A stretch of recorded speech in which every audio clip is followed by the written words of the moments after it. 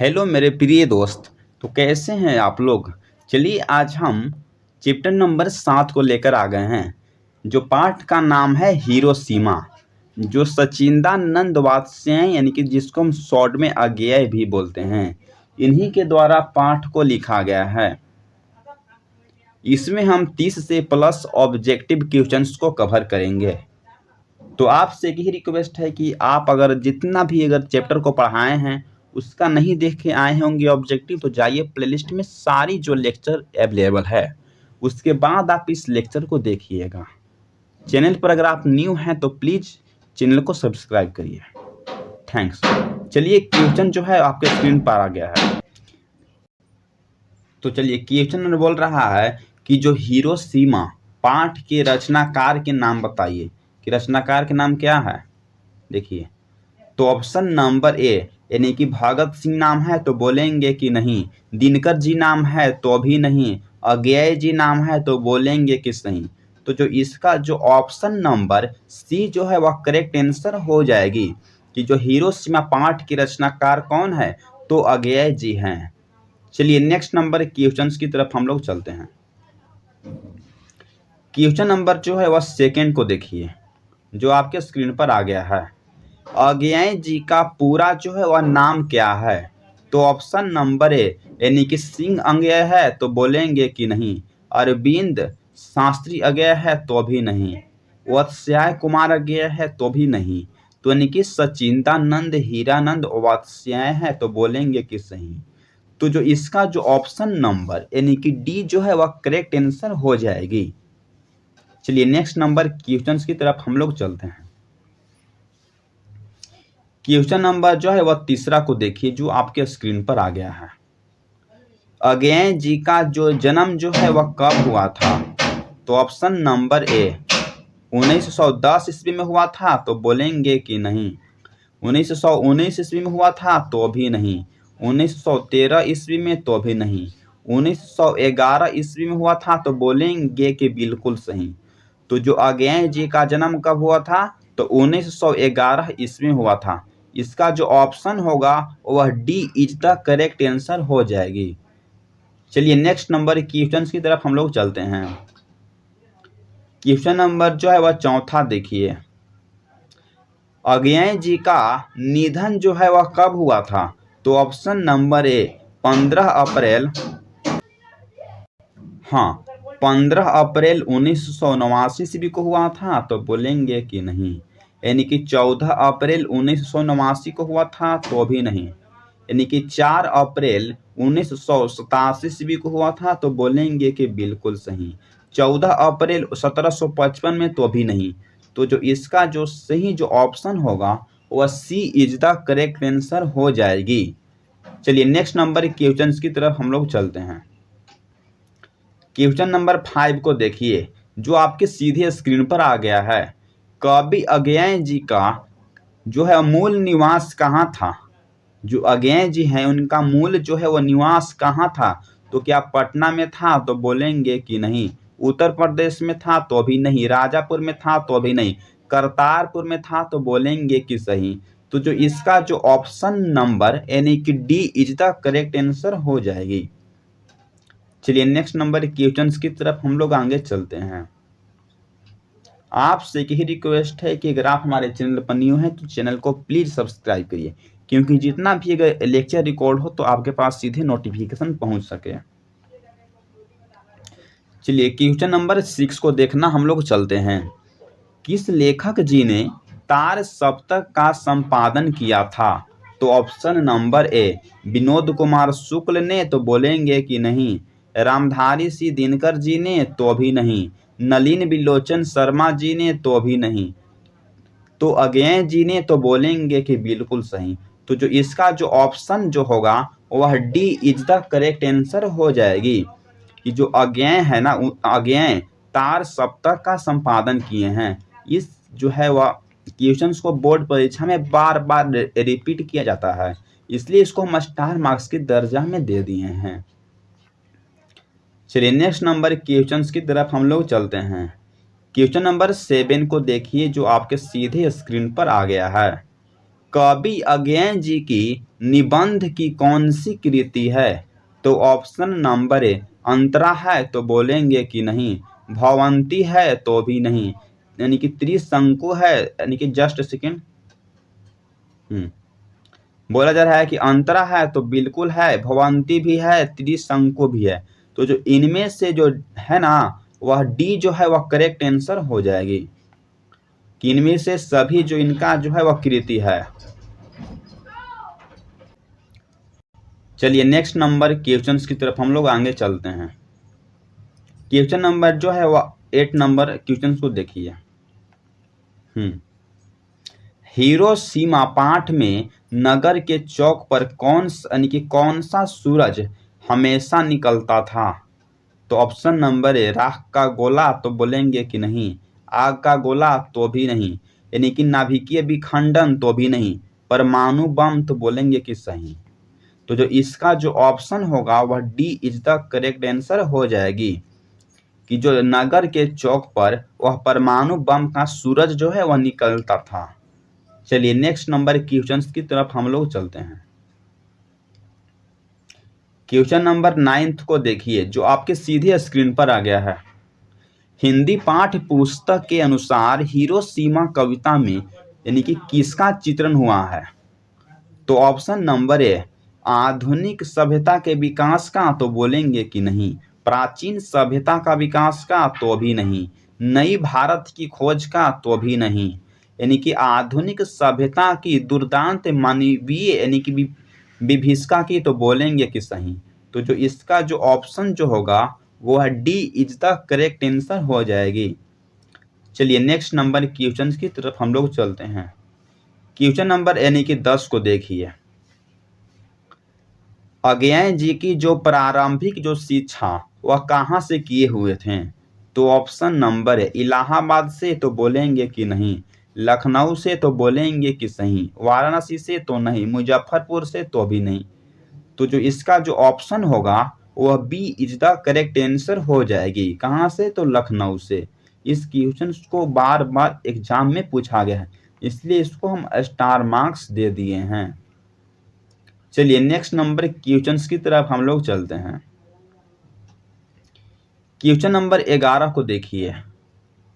अज्ञेय जी का काव्य रचना जो है वह कौन सी है? तो ऑप्शन नंबर ए चिंता है तो बोलेंगे कि सही, अहिंसा है तो नहीं, कुरुक्षेत्र है तो भी नहीं, पेड़ पर कमरा है तो भी नहीं। तो जो इसका जो ऑप्शन होगा वह ए इज द करेक्ट आंसर हो जाएगी कि जो चिंता है वह अज्ञेय जी के काव्य रचना है। चलिए नेक्स्ट नंबर क्वेश्चन की तरफ चलते हैं। यानी कि क्वेश्चन नंबर 12 को देखिए। लेखक अज्ञेय जी के अनुसार हिरोशिमा कहाँ पर यानी कि स्थित है? तो ऑप्शन नंबर ए अमेरिका में स्थित है तो बोलेंगे कि नहीं, चीन में स्थित है तो भी नहीं, यानी कि जापान में स्थित है तो बोलेंगे कि सही, जर्मनी में स्थित है तो भी नहीं। तो जो इसका सही जो ऑप्शन होगा वह सी इज द करेक्ट आंसर हो जाएगी। कहाँ? तो वह जो है वह जापान में स्थित है। चलिए नेक्स्ट नंबर क्वेश्चन की तरफ चलते हैं। क्वेश्चन नंबर 13 को देखिए। अज्ञेय जी ने सूत्रपात किसे कहा है? तो ऑप्शन नंबर ए प्रयोगवाद को तो बोलेंगे कि सही, समाजवाद को तो नहीं, आतंकवाद को तो भी नहीं, नन तो नहीं। तो जो इसका जो ऑप्शन होगा वह ए इज द करेक्ट आंसर हो जाएगी कि प्रयोगवाद को जो है वह कवि ने सूत्रपात कहा है। इस क्वेश्चन को बोर्ड परीक्षा में यानी कि 3 से 4 बार रिपीट किया गया है। चलिए नेक्स्ट नंबर क्वेश्चन की तरफ हम लोग चलते हैं।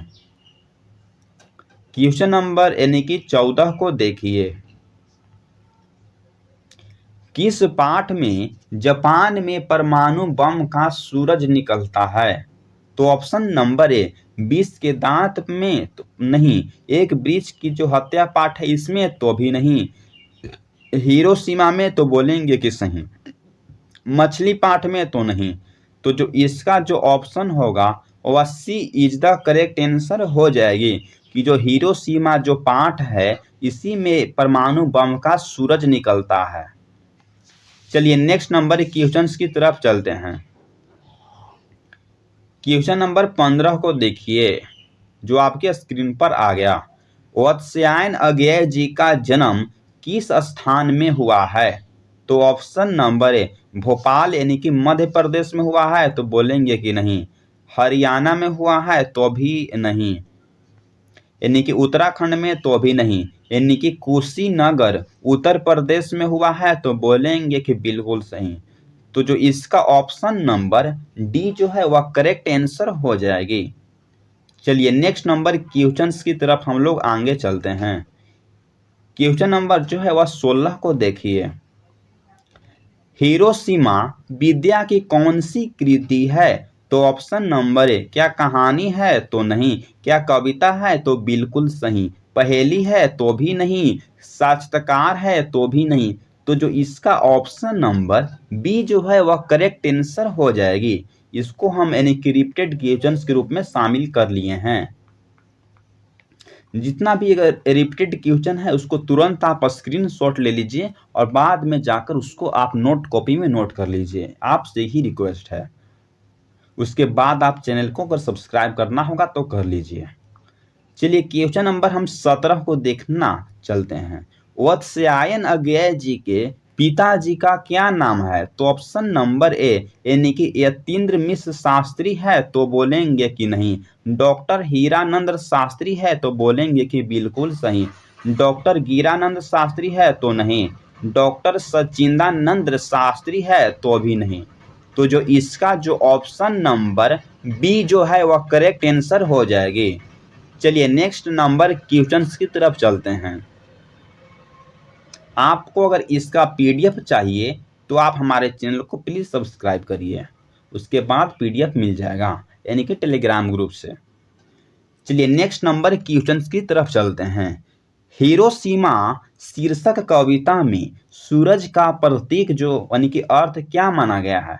तो ऑप्शन नंबर ए मिसाइल पिंड माना गया है तो बोलेंगे कि नहीं, एस्ट्रॉइड जो पत्थर वो माना गया है तो भी नहीं, यानी कि राह का बम माना गया है तो भी नहीं, परमाणु बम माना गया है तो बोलेंगे कि बिल्कुल सही। तो जो इसका जो ऑप्शन होगा वह D is the correct answer हो जाएगी। चलिए नेक्स्ट नंबर क्वेश्चंस की तरफ चलते हैं। क्वेश्चन नंबर यानी कि 19 को देखिए। जितने भी अगर बच्चों 10th परीक्षा में अगर अच्छा रिजल्ट लाना चाहते हैं यानी कि हिंदी में 100 में 100 तो आराम से आ जाएगा। आपको एक एक क्वेश्चंस को देखकर समझना होगा और याद करना होगा।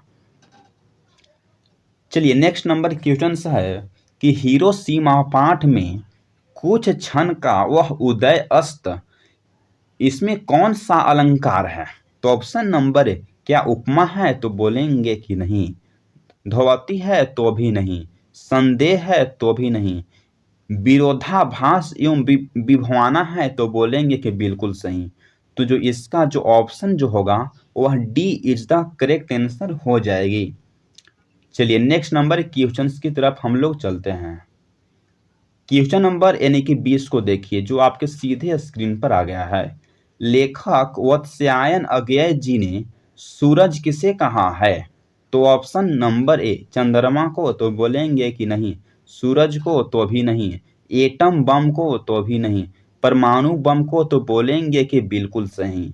जो लेखक हैं वह एटम बम को नहीं परमाणु बम को सूरज कहे हैं। इस क्वेश्चन को बोर्ड परीक्षा में यानी कि बार बार पूछा गया है, इसलिए इसको हम स्टार मार्क्स जो है वह लगा दिए हैं।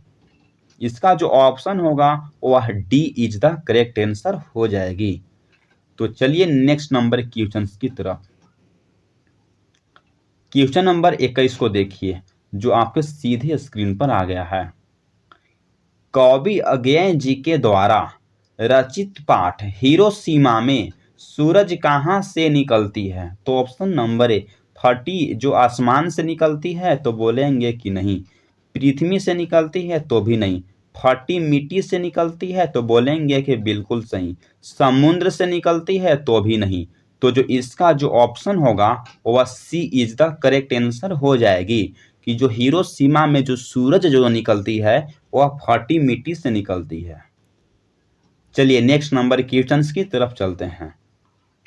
क्वेश्चन नंबर 22 को देखिए जो आपके सीधे स्क्रीन पर आ गया। लेखक जी के अनुसार दहकता हुआ सूरज किस देश से निकलता है? तो ऑप्शन नंबर ए उत्तर दिशा से निकलता है, तो बोलेंगे कि उत्तर दिशा से नहीं निकलता है। पूरब दिशा से निकलता है तो भी नहीं, दक्षिण दिशा से निकलता है तो भी नहीं, नगर या चौक के बीचों बीच निकलता है सूरज। सूरज किस दिशा से निकलता है? तो नगर या चौक के बीचों बीच जो दिशा होती है वहां से निकलता है। तो जो इसका जो ऑप्शन होगा वह D is the correct answer हो जाएगी। तो चलिए नेक्स्ट नंबर क्वेश्चन की तरफ चलते हैं। क्वेश्चन नंबर जो है वह 23 को देखिए जो आपके सीधे बोर्ड स्क्रीन पर आ गया होगा। अज्ञेय जी के अनुसार सूरज कहाँ से निकलता है? तो ऑप्शन नंबर ए अंतरिक्ष से निकलता है, तो बोलेंगे कि नहीं।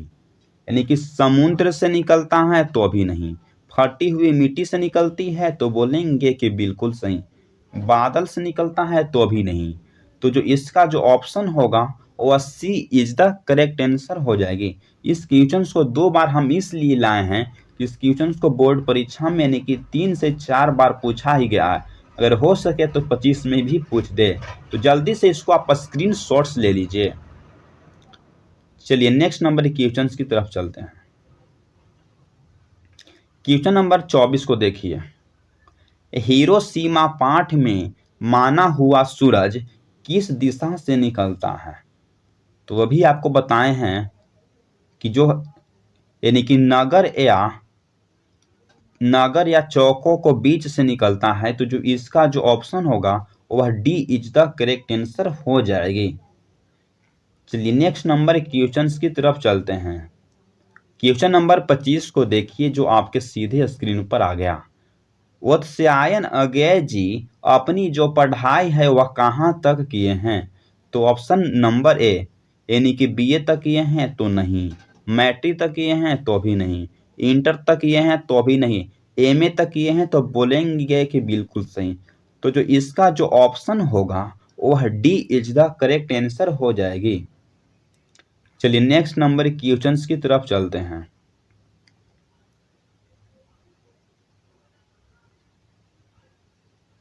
क्वेश्चन नंबर जो है वह 26 को देखिए।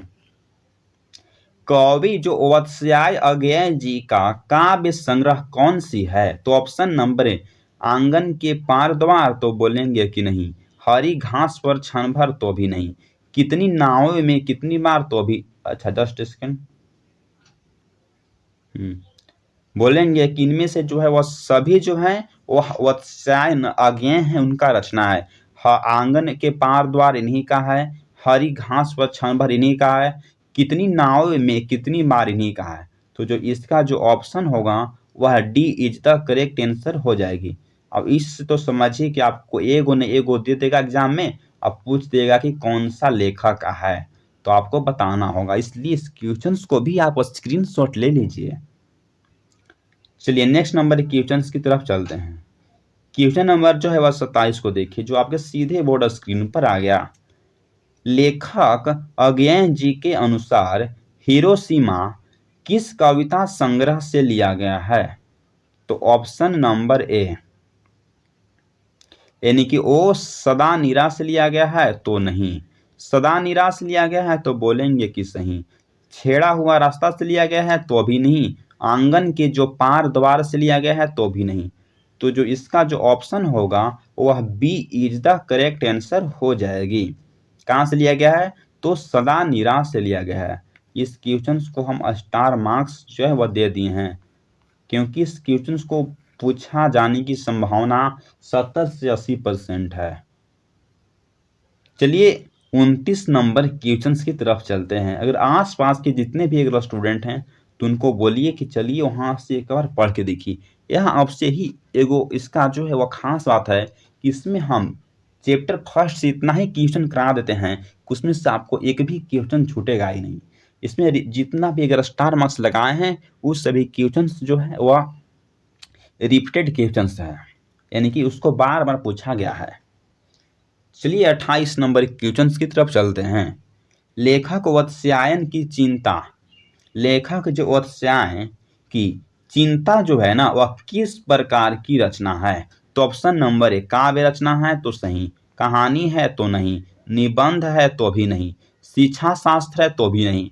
तो जो इसका जो सही जो ऑप्शन होगा वह ए इज द करेक्ट आंसर हो जाएगी। चलिए नेक्स्ट नंबर क्वेश्चंस की तरफ चलते हैं। क्वेश्चन नंबर 29 को देखिए जो सीधे आपको बोर्ड स्क्रीन पर आ गया। किस कवि की रचना हरी घास पर क्षण भर लिखा गया है। तो ऑप्शन नंबर 1 वारेन हेस्टिंग्स को तो बोलेंगे कि नहीं, अज्ञेय को तो बोलेंगे कि बिल्कुल सही, या अनामिका जी का तो भी नहीं, दिनकर जी का तो भी नहीं। तो जो इसका ऑप्शन होगा वह B is the correct answer हो जाएगी। इस क्वेश्चन को बोर्ड परीक्षा में बार बार यानी कि पूछा गया है, इसलिए इसको हम स्टार मार्क्स लगा दिए हैं। चलिए नेक्स्ट नंबर क्वेश्चंस की तरफ चलते हैं। क्वेश्चंस खत्म हो गया। तो आपसे एक ही रिक्वेस्ट है कि अगर आप हमारे channel the universe vision class पर अगर आप न्यू स्टूडेंट हैं तो प्लीज़ चैनल को सब्सक्राइब करिए और लाइक करिए, और अगल बगल जितने भी अगर पढ़ने के लिए दोस्त हैं उनके पास शेयर करिए। मैं चाहता हूं कि जितने भी अगर गरीब को स्टूडेंट हैं वह हमारे साथ जुड़कर वह पढ़ाई कर सकें, क्योंकि जब हमने देखा है किसी गरीब के कि जो पैसा के चलते पढ़ाई नहीं हो पाती है, इसलिए हम सोचा कि क्यों उसको हम भी यानी कि पढ़ा के आगे निकाल सकते हैं। परिश्रम तो सभी कोई करते हैं लेकिन सफल सिर्फ वही होते हैं जिनकी इच्छा नहीं दिशा सही होती है। चलिए तो मेरा नाम AK रोहित सिंह हुआ। नेक्स्ट जो लेक्चर है उसका आपका इंतजार है। जितने भी अगर प्लेलिस्ट में लेक्चर है आपको जाकर उसको पढ़िए। अगर आपको परीक्षा 2025 में या 26 में या 27 में जब देना है तब। Thanks for watching this video. मिलता हूँ अगला लेक्चर के साथ।